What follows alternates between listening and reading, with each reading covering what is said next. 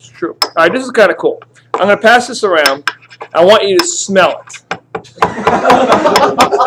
right. I want you to smell it. That's right. What? Anybody know what caraway seeds are? Nope. You do. You will recognize this right away. Think of bread. No, don't get high though. Pass that around. Okay. What kind of bread does that smell like? Ever take a deep breath of it? Oh, all right. What is it? Rye bread. Exactly. Yeah. Very good. All right. Now I have a. There's nothing left. Just to let you know. That's rye bread, right? Yeah. This is pretty interesting because I want you to smell if you smell anything similar to what I'm going to pass around now. Is it another type of bread? No. It's that one's What is that? I just had it. And I'll show you what they are. They're basically lifesavers. Oh God, I thought. What flavor are they? Mint flavor. Yeah. What particular mint? Spearmint. Oh, yeah. Now, They're actually hard to smell. smell the two next to each other as you're doing this. Pass it back over there and do them next to each other. Wait. I mean, one and then the other, right after each other. Spearmints are hard to smell. Actually. It's hard Yeah, they are. It is. It's Yeah. crush it up a little bit more. Crush the spearmint up a little bit more. You can definitely tell they both smell. Yeah. Now, you would never have put those two things together. Keep passing both of them around together as they go and You gotta smush. squish this. And the amazing thing is, you smell the rye bread and you think of, you smell the caraway seeds, you think of rye bread. No one would be making a mint out of rye bread, yet they smell very similar.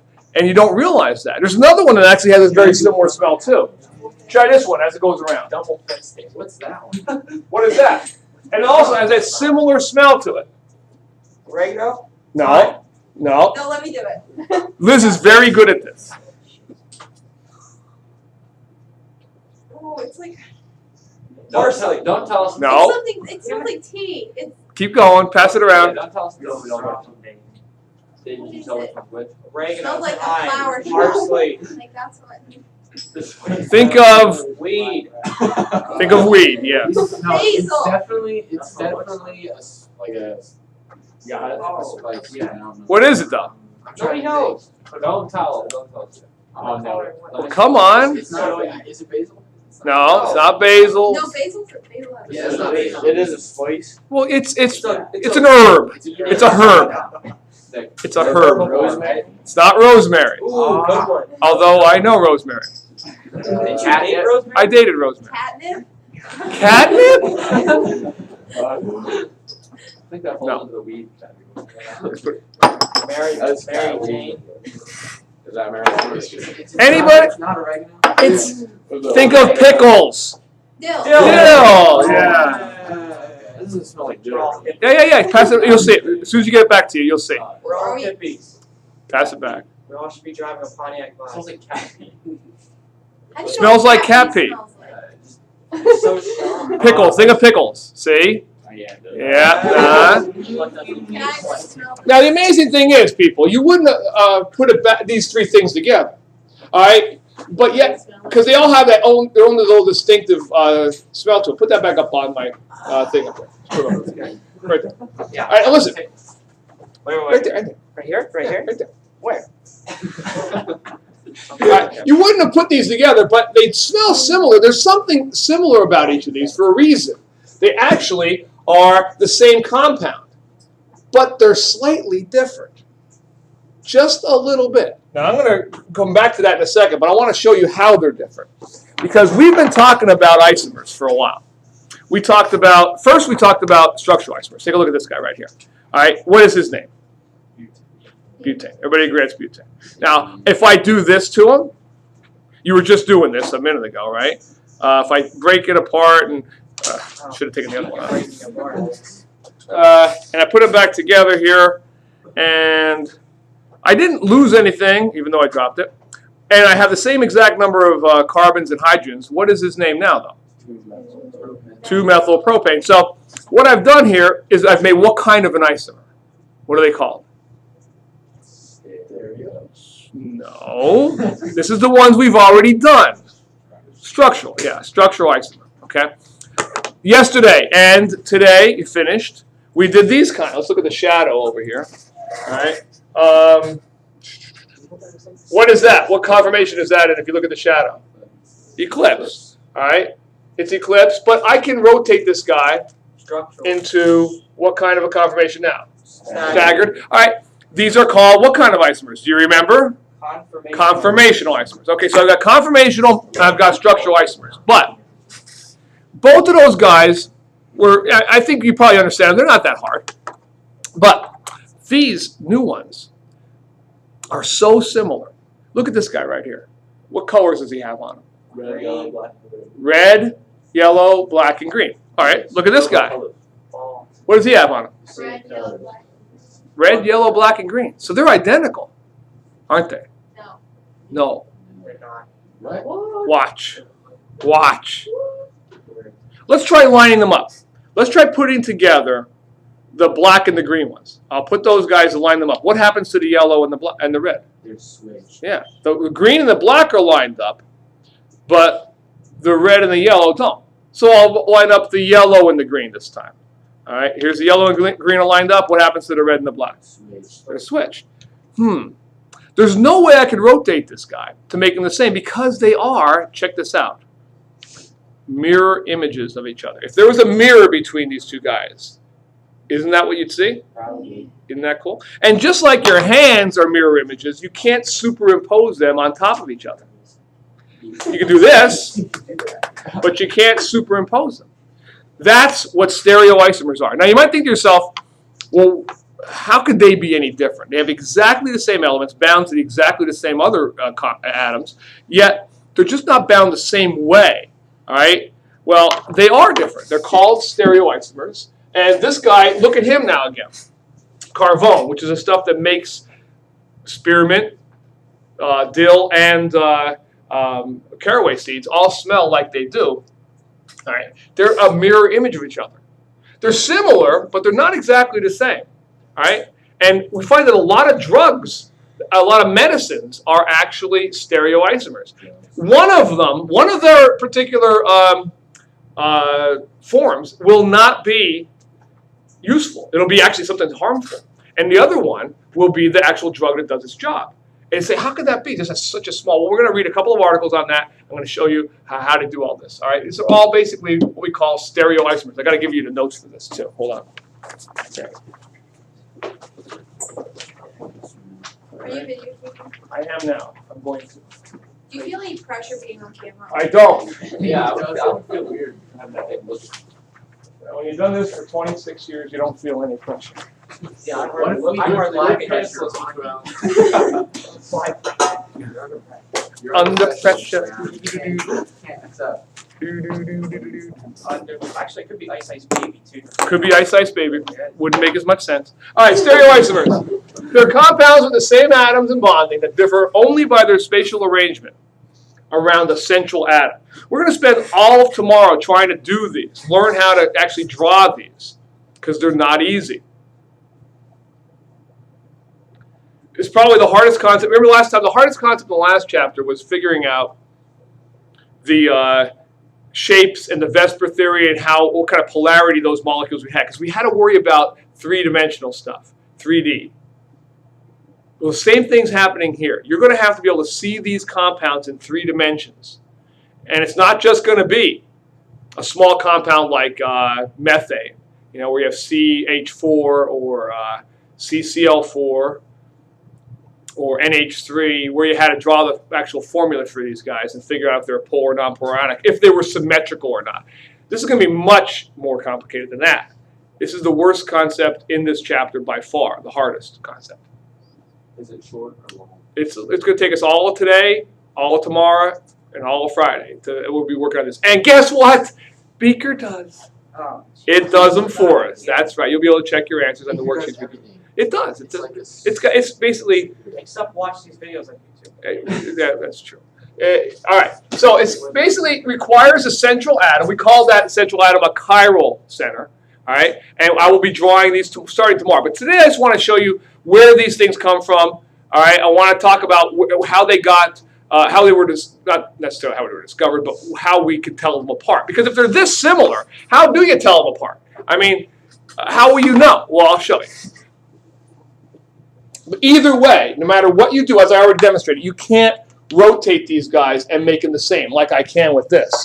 I can rotate him into one of the other conformations. Can't do that with this. All right? They can't be made identical by rotation.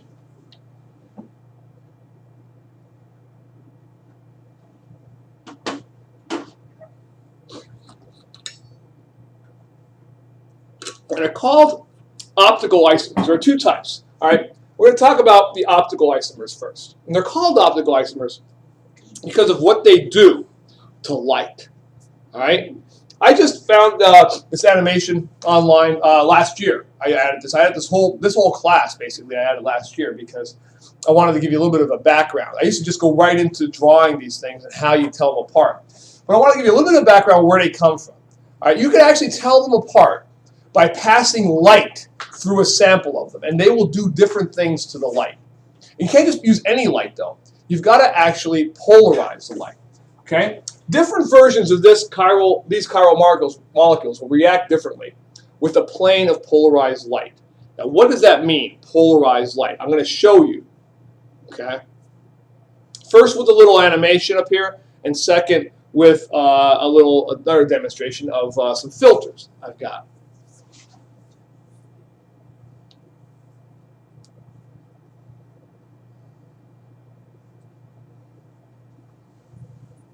First, we'll look at the animation.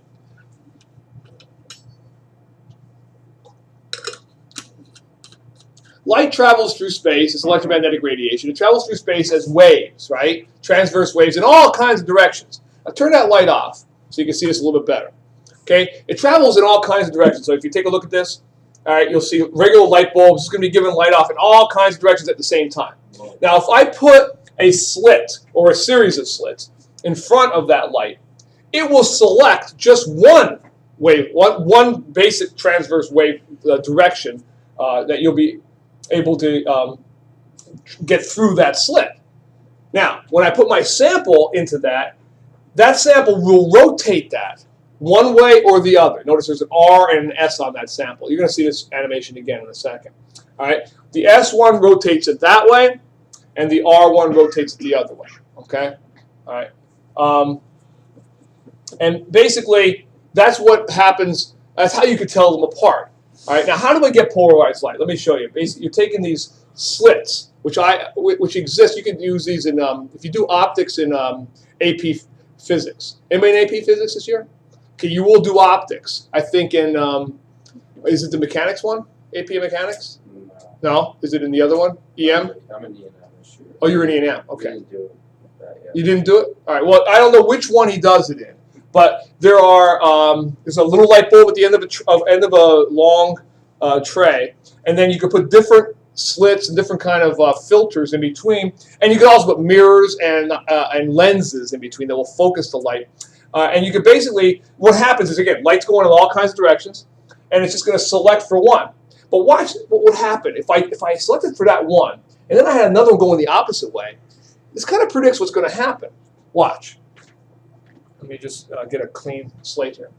These are Polaroid filters that you would have on like sunglasses if they were polarized filters. If you look at it here, I don't know if you can all see this on here. See how it's green, and if I rotate it, it turns purple? No. Can you see that? No. You have to I can't, I know it's kind of hard to see. Stand on the other side. Awesome. Isn't that neat? Do it the other way. All right, let me try it over here. Here, try that. There's purple. See that? That's better. That's pretty cool. All right, now, remember, these are, you can't see them, but these sunglasses that are made of this are actually made of very, very tiny slits that are selecting for just one of those transverse waves, one of those directions. Now, watch. If I take that purple one, here's another one, and he's purple, and they're both purple, and I put them over, I can still see through it. But watch what happens here. If I put them on there and I rotate one, watch, watch. Whoop. What? Keep rotating it. So what I did was, See, they're both purple now. If I make the one green and they're purple, and I put the two of them over, well, they're both green, I guess there. I basically am lining the slits up opposite, transverse each other, and what I get is, as you can see, nothing can get through because I've already selected for one. Then I get rid of that one by rotating that guy that way, and I got nothing. So that kind of shows you how these polarized filters work. Now, if I pass this single polarized light through my sample, again, I'll show you that one again. Watch again. I've selected for just one of those, and I put my slit up there, and I pass him through my sample. I will find there are two possibilities. Either it will turn the light one way or the other. S or R, D or L are the two possibilities depending on which convention you use. Okay? And I'll talk about each of those in a minute. So that's basically how you can tell them apart. All right? D or plus, rotate the light clockwise. Negative or L, rotate the light counterclockwise. And I'll tell you what those letters mean, what they stand for actually.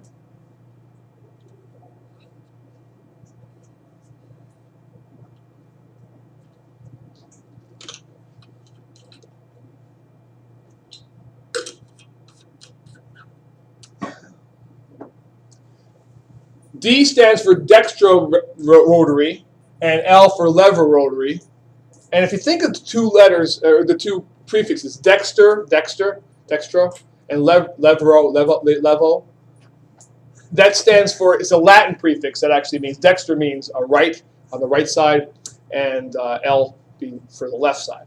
Actually, the R and S configurations, S comes from sinister, which means left, and R, right, which are also prefixes. Why sinister for left? Left-handed people. Anybody left-handed in here?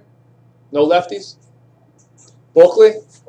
He pointed at you.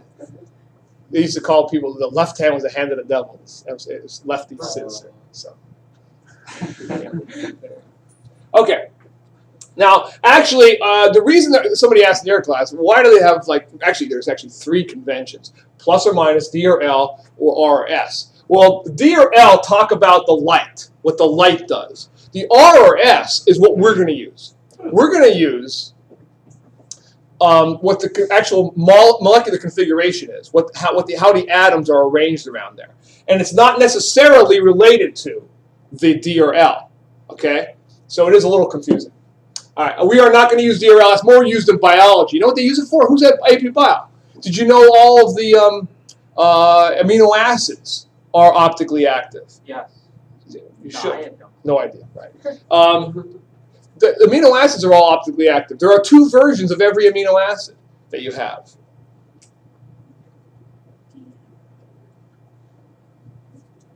Now, these different versions are going to act differently with different compounds.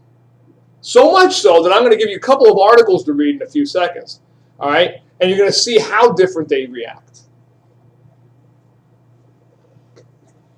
But first, let me finish up the notes here, because I want to talk about those articles after you read them. Let me finish up the notes first. The ones I'm going to talk about, I'm going to list in this next one. We already mentioned one of them. We mentioned carbone. All right, that's a kind of innocuous one. It's just how it smells, you know. But the other ones I'm going to give you, one in particular is on thalidomide. You ever hear of thalidomide? No. It's actually in the song by Billy Joel. We Didn't Start the Fire. You ever hear the song We Didn't Start the Fire by Billy Joel? No. Well, it's actually Children of Thalidomide. Well, you'll read about it in a minute.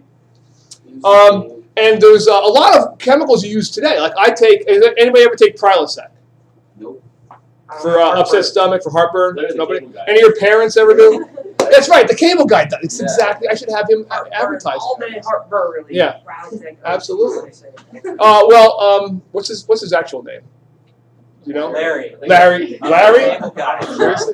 Yeah, right, Larry.